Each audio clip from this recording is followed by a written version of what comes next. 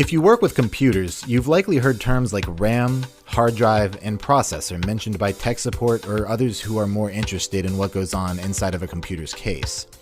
If you've always wondered what the various components of your computer are for, but have never really had the time to look into it, then this video is just for you. While each one of these components is complex enough to spend a lifetime learning about, I'm going to give a very broad and general overview. A typical desktop computer comes down to these 7 essential parts: case, power supply, motherboard, CPU, RAM, hard drive, and graphics cards. These are the fundamental parts of any desktop computer.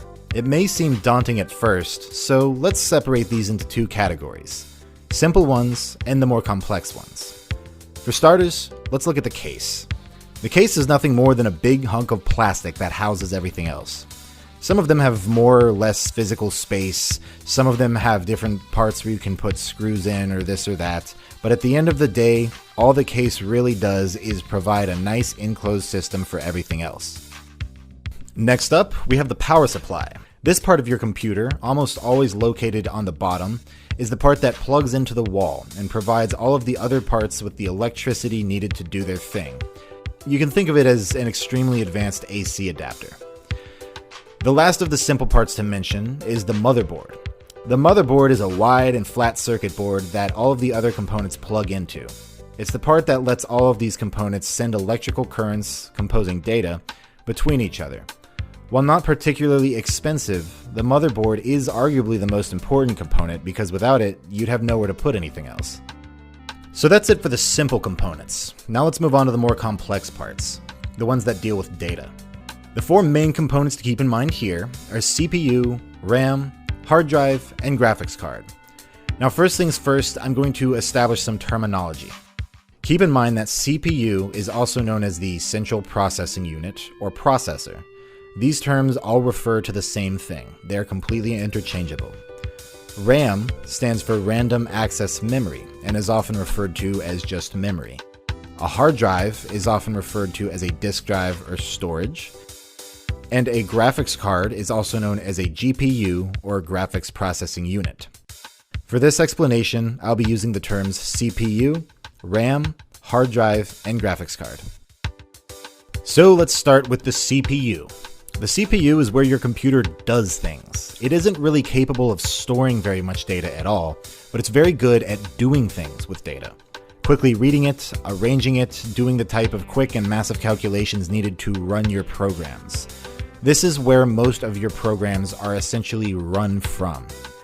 It's often referred to as the brain of the computer. I personally don't like this description because really your entire computer is just a brain. It's just the center part of your computer's brain. Basically everything that happens in your computer goes through your CPU at some point. Now let's talk about RAM and hard drive at the same time because they have a very unique relationship, which is probably why people often confuse the two. Your hard drive is where all of your data is stored. When your computer tells you you're running low on space, it's because your hard drive is almost full. All of the data that makes up your videos, pictures, documents, project files, or the 3D worlds and models that make up a game are all stored here. While hard drives can store lots of data, they're relatively bad at accessing that data quickly. Everything is accessed through a tiny little wire here, and because most hard drives are made up of spinning disks, your hard drive isn't going to be able to constantly give your CPU the information it needs to run certain programs. That's where RAM comes in. RAM is another form of storage. It stores the exact same kind of data as your hard drive, but RAM sacrifices storage space for nearly instant accessibility.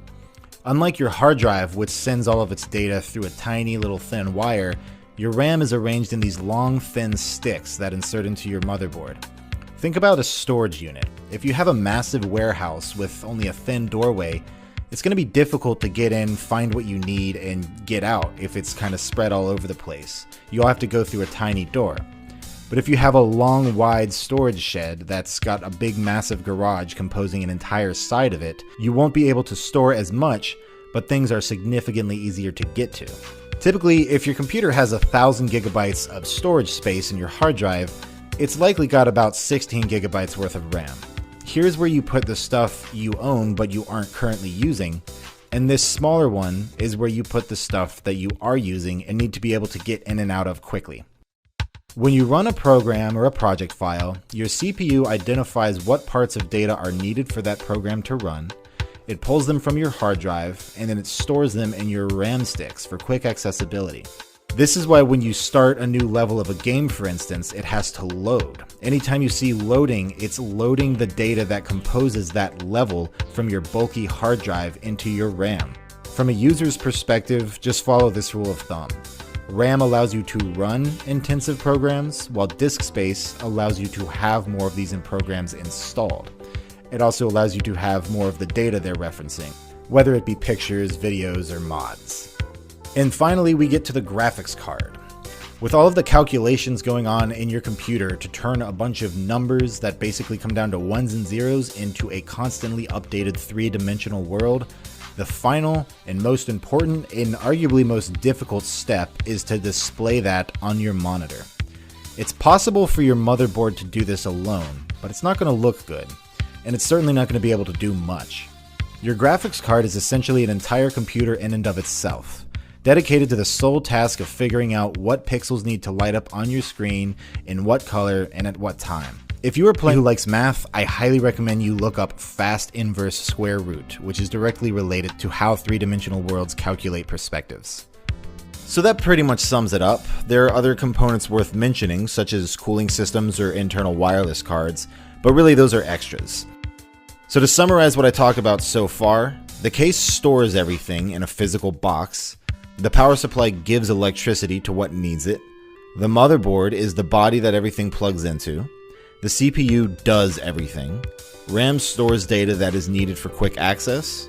Hard drives store everything that you have installed and the data that goes along with those programs. While the graphics card figures out how it's all supposed to look on your monitor. Well, thank you very much for watching. I hope I helped, and if you have any questions, feel free to leave a comment and I'll do my best to answer them. Liking and subscribing.